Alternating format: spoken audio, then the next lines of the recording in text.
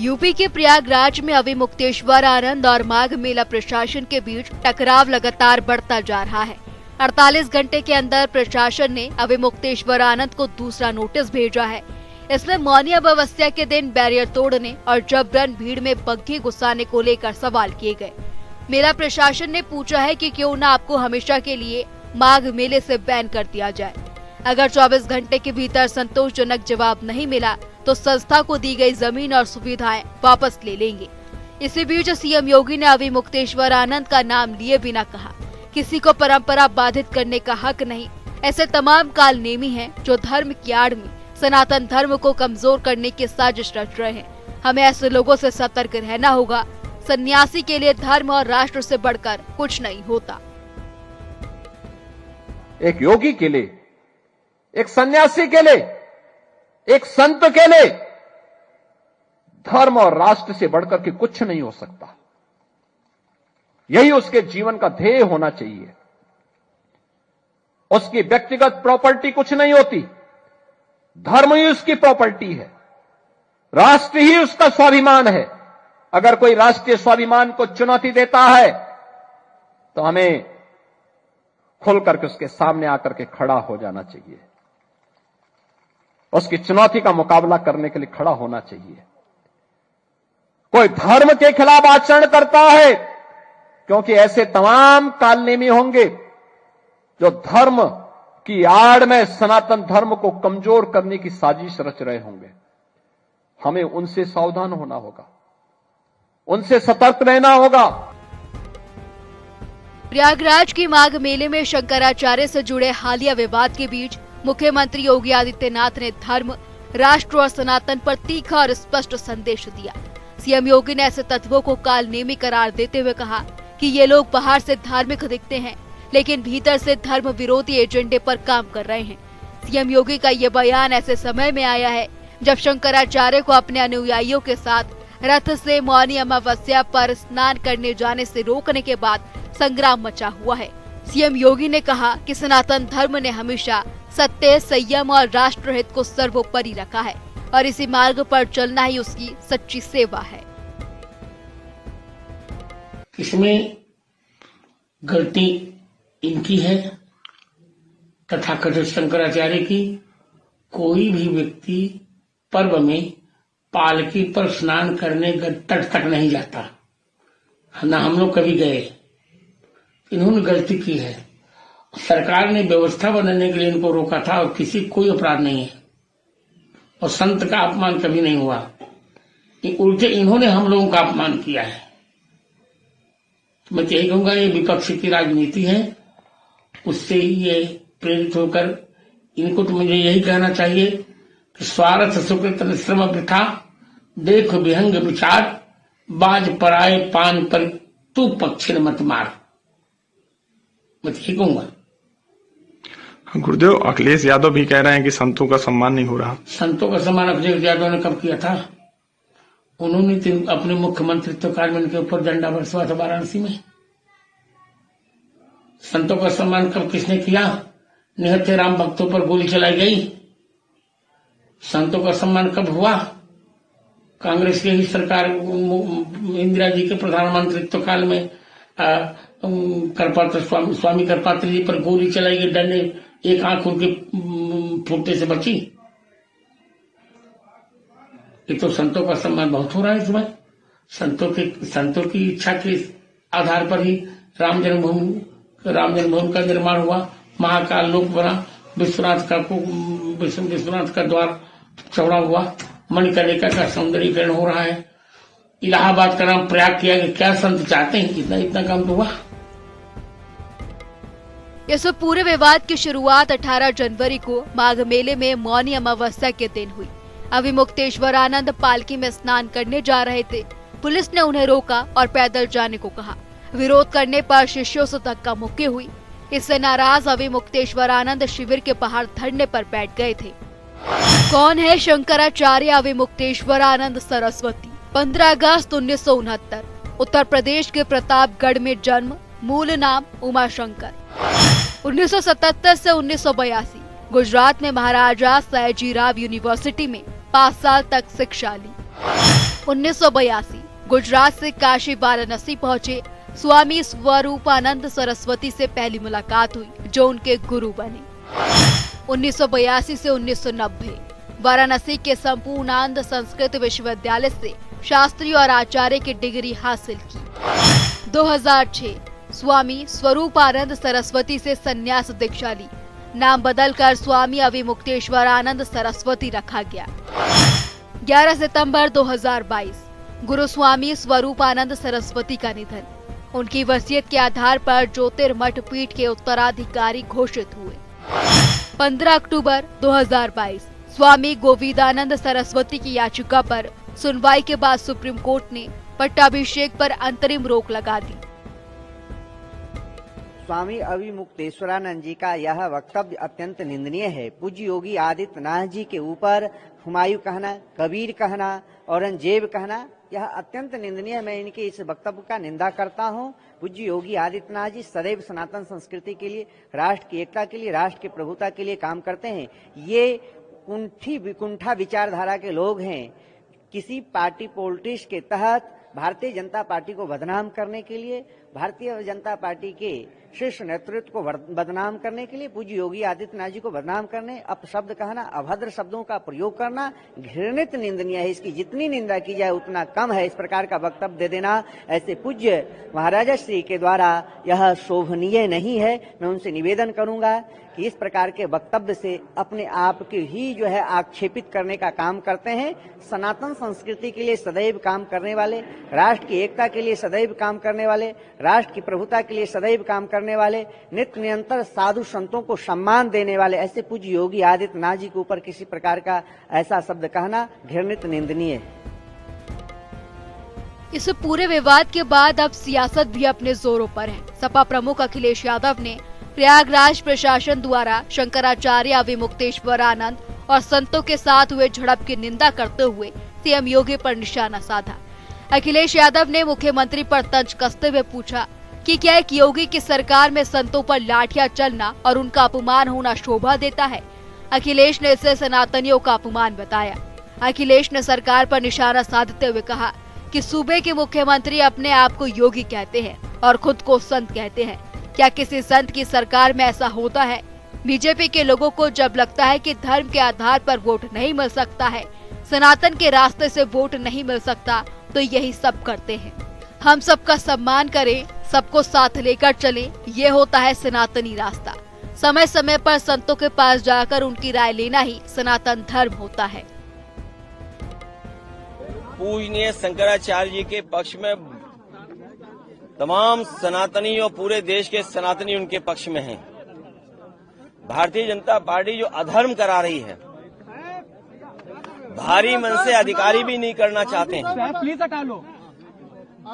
जो अधिकारी नोटिस भेज रहे हैं या उन्हें स्नान करने से जिन अधिकारियों ने रोका है, वो इस पाप का भागीदार नहीं होना चाहते हैं। मनी मन वो दुखी हैं और वो महसूस कर रहे हैं कि हमें दबाव में ये काम करना पड़ रहा है। ये अधर्म के रास्ते पर भारतीय जनता पार्टी चल रही है। पूजनीय शंकराचार्य जी का पूरा सम्मान होना चाहिए और अगर शंकराचार्य जी का ये सम्मान नहीं कर रहे हैं, गंगा स्नान या उस पावन स्थल पर उनके स्नान के लिए रोका जा रहा है, तो इससे बड़ा अधर्म क्या हो सकता है। अगर इसका कोई भागीदार है तो भारतीय जनता पार्टी की सरकार है। और अब तो भारतीय जनता पार्टी के कार्यकर्ता भी, नेता भी कह रहे हैं कि अधर्म आखिरकार सरकार क्यों कर रही है और क्यों करना चाहती है। मौत के बाद एक और एफआईआर दर्ज की गई है, उसमें एसआईटी जांच कर रही है, लेकिन जिम्मेदारी से अधिकारी भाग रहे हैं। शंकराचार्य का सम्मान हो, उनका पूरा का पूरा सम्मान और प्रतिष्ठा को। शंकराचार्य विवाद पर आरएसएस की ओर से भी प्रतिक्रिया सामने आई है। इंद्रेश कुमार ने कहा कि माघ मेला सारे देश के अंदर मनाया जाता है, कोई तीर्थ नहीं जहां माघ मेला ना हो। किसी ने यहाँ थोड़ी शरारत करने की कोशिश की। जहाँ देवताओं और मानवता का वास रहता हो, वहाँ शैतान और राक्षसी ताकतें ज्यादा देर तक नहीं चलती है। इंद्रेश कुमार ने शंकराचार्य विवाद पर पूछा कि कौन सा दुर्व्यवहार हुआ है उनके साथ। कुछ लोग कहते हैं कि सरकार और सरकारी व्यवस्थाओं के खिलाफ खड़े होना उनके स्वभाव में आ गया है। इसलिए मैं तो प्रभु से यही प्रार्थना करूंगा कि कोई भी हो, कहीं भी हो, सबको शांति और सद्भाव से रहने की आजादी दे। शंकराचार्य का धरना जारी है और वो मांग कर रहे हैं कि मेला प्रशासन उनसे माफी मांगे। जब तक माफी नहीं मांगी जाएगी वो आश्रम में प्रवेश नहीं करेंगे।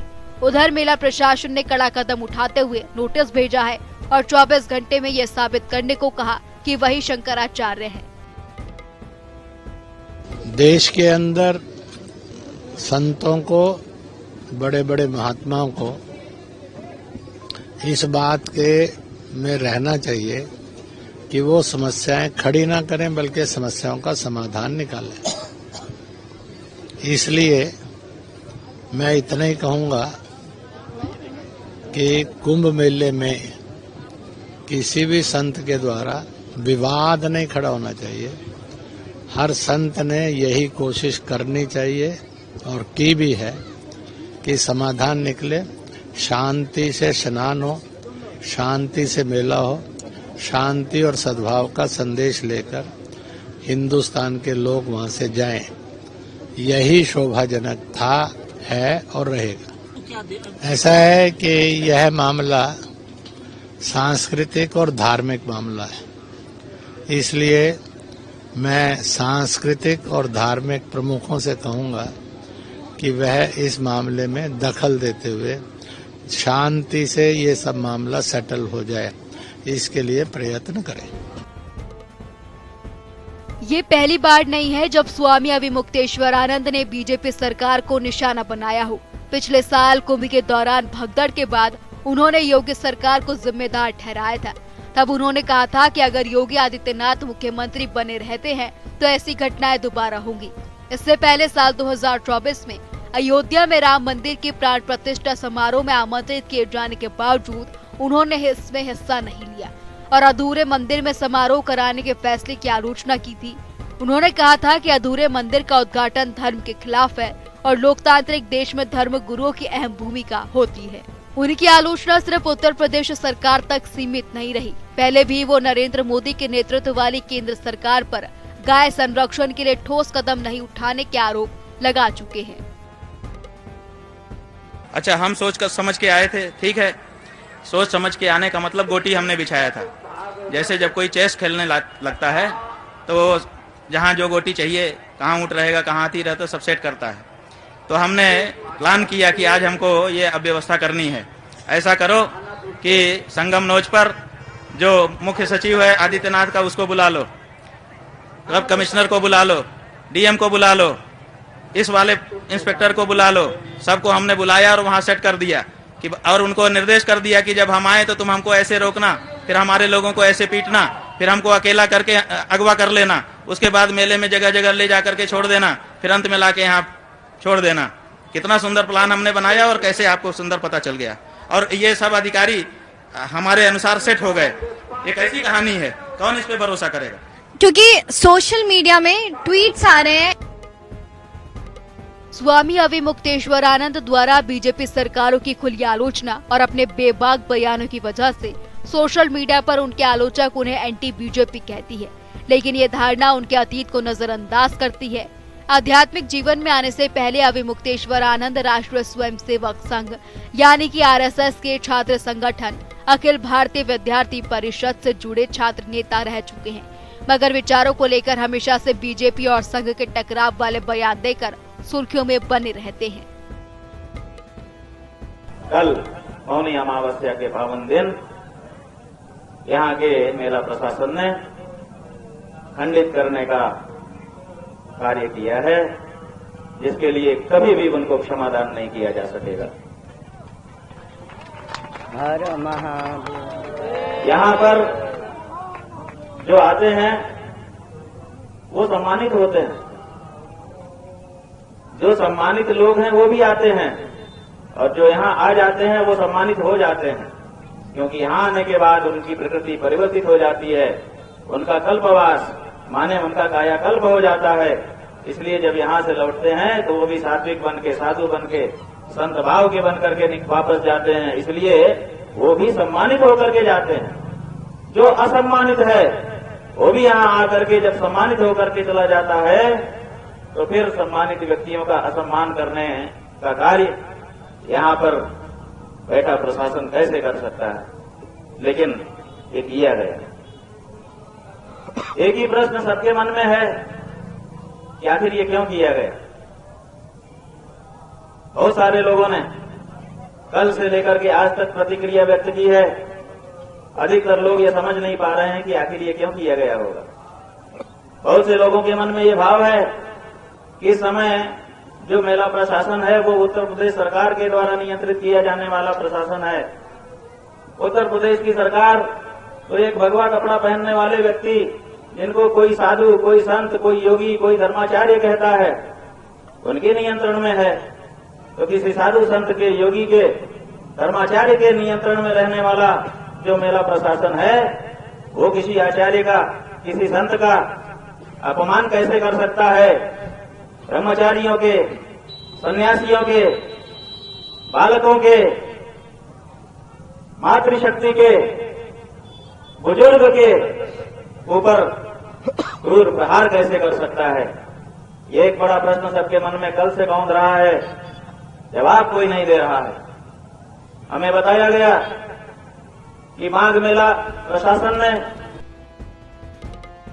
पूरे विवाद में उद्धव गुट शिवसेना की भी एंट्री हो गई है। यूबीटी नेता संजय राउत ने कहा कि यूपी में शंकराचार्य को लाठी से मारा जा रहा है, उन्हें स्नान करने से रोका जा रहा है। वो वही शंकराचार्य हैं जिन्हें डिप्टी सीएम एकनाथ शिंदे ने गुरु कहा था। अब वो चुप क्यों है? प्रधानमंत्री को भी इसकी निंदा करनी चाहिए। देखिए, ज्योतिष पीठ के शंकराचार्य और जो बहुत प्रखरता से अपनी बात भी रखते हैं, इसलिए भी वो लोकप्रिय है। बहुत सी बातें शायद किसी को पसंद भी नहीं आती उनकी, फिर भी वो ज्योतिष पीठ के शंकराचार्य। जिस तरह से उनके ऊपर उत्तर प्रदेश में योगी जी के सरकार ने पुलिस द्वारा हमला किया है, वो बहुत चिंता का विषय है। और जो अपने आप को हिंदुत्ववादी मानते हैं या हिंदुत्व का ढोंग करते हैं, उनके लिए भी चिंता का विषय होना चाहिए। पूरे देश में उनको स्टेट गेस्ट, राज्य अतिथि का दर्जा मिला है। महाराष्ट्र में आए थे तो मातोश्री पर आए थे, हमने उनकी सम्मान, पूजा अर्चा सब किया। बाद में उनको निमंत्रित किया, मुख्यमंत्री शिंदे मुख्यमंत्री थे तो उनके सरकारी आवास पर, वर्षा बंगले पर, और मुख्यमंत्री जी ने भी शंकराचार्य जी को राज्य अतिथि का दर्जा दिया था। ऐसे शंकराचार्य के ऊपर हमला होता है और आज के एकनाथ शिंदे उनके ऊपर अपनी बात भी नहीं रख पाते। स्वामी अविमुक्तेश्वरानंद महाराज और प्रशासन के बीच छिड़े टकराव पर अखिल भारतीय अखाड़ा परिषद ने चुप्पी तोड़ी है। अखाड़ा परिषद के अध्यक्ष रविंद्र पुरी महाराज ने कहा कि स्वामी अविमुक्तेश्वरानंद का व्यवहार संत जैसा नहीं है। कुंभ और महाकुंभ में शाही स्नान अखाड़ों का होता है। माघ मेले में ऐसी कोई परंपरा नहीं है जो सनातन विरोध के लिए काम करेगा। उसके साथ संत समाज नहीं खड़ा होगा। रविंद्र पुरी ने कहा कि अविमुक्तेश्वरानंद हिंदुओं को बांट रहे हैं। योगी आदित्यनाथ गोरखपीठ के पीठाधीश्वर ही नहीं, उत्तर प्रदेश के मुख्यमंत्री हैं। वो उन्हें खुलेआम गाली दे रहे हैं, प्रधानमंत्री को गाली दे रहे हैं। ऐसा व्यवहार करने वाला कभी संत नहीं हो सकता। अविमुक्तेश्वरानंद ने आगामी पंचायत चुनाव के मद्देनजर माघ मेले को राजनीतिक अखाड़ा बना दिया है। आपने योगी को हुमायूं का बेटा कहकर निंदनीय अपराध किया है। आपके खिलाफ विधिक कार्रवाई होनी चाहिए। मैं सबसे पहले ये कहना चाहूंगा कि जिसने ये कहा वो शांति नहीं, मैं उसको शांति नहीं मानता है। मैं उसको संत इसलिए नहीं मानता, ये संत की भाषा नहीं हो सकती है जो अपने मुख्यमंत्री के लिए ऐसे शब्दों का प्रयोग कर रहा है। मैं समझता नहीं, देखिए मतलब जहां तक मेरा मानना है कि आप कह रहे हैं प्रशासन आए और मुझे जो है स्नान कराइए, ये क्या है? ये कि आपके पास ईगो है, ईगो प्रॉब्लम आपकी है और you want to fill your ego. तुम अपने ईगो को फिल करना चाहते हो। ईगो फुलफिल ऐसे नहीं होगा। भाई आपको क्यों सरकार प्रोटोकॉल देगा? मेरे महात्मा बोलेंगे मुझे भी तो, हमें भी दिलाओ। हमारे यहाँ 13 अखाड़े सब अखाड़ों को मिलना चाहिए। जबकि शंकराचार्य जो ये महाराज श्री इनका कोई प्रोटोकॉल नहीं है। प्रोटोकॉल अखाड़ों का होता है, वो महाकुंभ में होता है, माघ मेले में नहीं होता है। सबसे बड़ी बात यह है। बिल्कुल सही कहा है महाराज श्री ने, सही कहा। अन्याय जो है इन्होंने ही किया है। इन्होंने अन्याय ये किया है कि आप जबरदस्ती जो है घुसना चाहते हैं, आपको जबरदस्ती प्रोटोकॉल चाहिए, आप जबरदस्ती एक हंगामा खड़ा कर रहे हैं। आपने ऐसा हंगामा क्रिएट किया है कि पूरे हिंदुस्तान में हमारी बदनामी हो रही है, प्रयागराज की बदनामी हो रही है। जब भी हम टीवी चैनल खोलते हैं प्रयागराज में हंगामा हो रहा है, ये गालियां दे रहे हैं। आपको शर्म आनी चाहिए। आप किसे गाली दे रही है? वो आपसे बहुत बड़े संत है, मुख्यमंत्री बाद में, पहले बहुत बड़े संत है, गोरखपीठाधीश्वर है। इसलिए आपको अपनी जबान पे संयम रखना चाहिए, लेनी चाहिए। योगी जी हमारे मुख्यमंत्री है और हमारे बहुत बड़े गोरक्ष पीठाधीश्वर है, बड़े पीठ के पीठाधीश्वर है। और मैं कहना चाहूंगा, ये जो महाराज श्री है, ये यहाँ स्नान करने नहीं आए हैं, ये यहाँ जप तप करने नहीं आए हैं, अनुष्ठान करने नहीं आए हैं, ये यहाँ राजनीति करने आए हैं। और यहाँ जानबूझ के ये राजनीति कर रहे हैं। मैं चाहूँगा हमारी सरकार को इसकी जांच करनी चाहिए, ताकि ये कौन करा रहा है, इनके पीछे कौन है, कहीं फंडिंग तो नहीं हो रही है, क्या हो रहा है ये। महाराज जी अभी आपने कहा बड़ी बात है, महाराज श्री में बहुत बड़ी ईगो प्रॉब्लम है और वो महाराज श्री पॉलिटिकल बहुत ज्यादा है। मुझे बहुत दुख होता है जब महाराज श्री किसी एक बहुत बड़े एक सुप्रीमो के साथ बात कर रहे थे मोबाइल पे, मैं लगा हूं, चिंता ना करो, कुरुक्षेत्र का युद्ध हो रहा है, अभिमन्यु की तरह लगा हूं। अरे महाराज श्री, आप यहाँ जप करने आए, तप करने आए या कुरुक्षेत्र बनाने आए, मैं ये पूछना चाहता हूं। और जिस व्यक्ति से आप बात कर रहे, उसने आपकी इतनी बड़ी पिटाई की थी, ऐसे पीटा था, आप भाग रहे थे, वो पीट रहे थे, वो आपके साथ साथ कहीं बच्चे पीटे, वो दिन आपको याद नहीं है। और एक बहुत बड़ी पार्टी हिंदुस्तान की जो है, उनके बारे में पीसी कर रही है। वो भूल गए कि आपने कितनी संतों की हत्याएं की है, कितने संतों को आपने मारा, क्या भूल गए? और ये महाराज श्री जो है उन्हीं की बात कर रहे हैं। मुझे इन पे संदेह हो रहा है। अभी मुक्तेश्वरानंद के शंकराचार्य बनने का विवाद 2020 से सुप्रीम कोर्ट में पेंडिंग है। अक्टूबर 2022 में सुप्रीम कोर्ट ने उत्तराखंड में ज्योतिष पीठ के नए शंकराचार्य के रूप में स्वामी अभिमुक्तेश्वरानंद सरस्वती के पट्टाभिषेक पर रोक लगा दी। जस्टिस BR गवई और BV नगररत्ना की बेंच ने यह आदेश तब दिया जब सॉलिसिटर जनरल तुषार मेहता ने बेंच को बताया कि पुरी के गोवर्धन मठ के शंकराचार्य ने एक हलफनामा दायर किया है, जिसमें कहा गया है कि अभिमुक्तेश्वरानंद को ज्योतिष पीठ के नए शंकराचार्य के रूप में नियुक्त करने का समर्थन नहीं किया गया। अब ये पूरा विवाद एक बार फिर से सुर्खियों में है, तो वही से लेकर सियासत भी खूब हो रही है।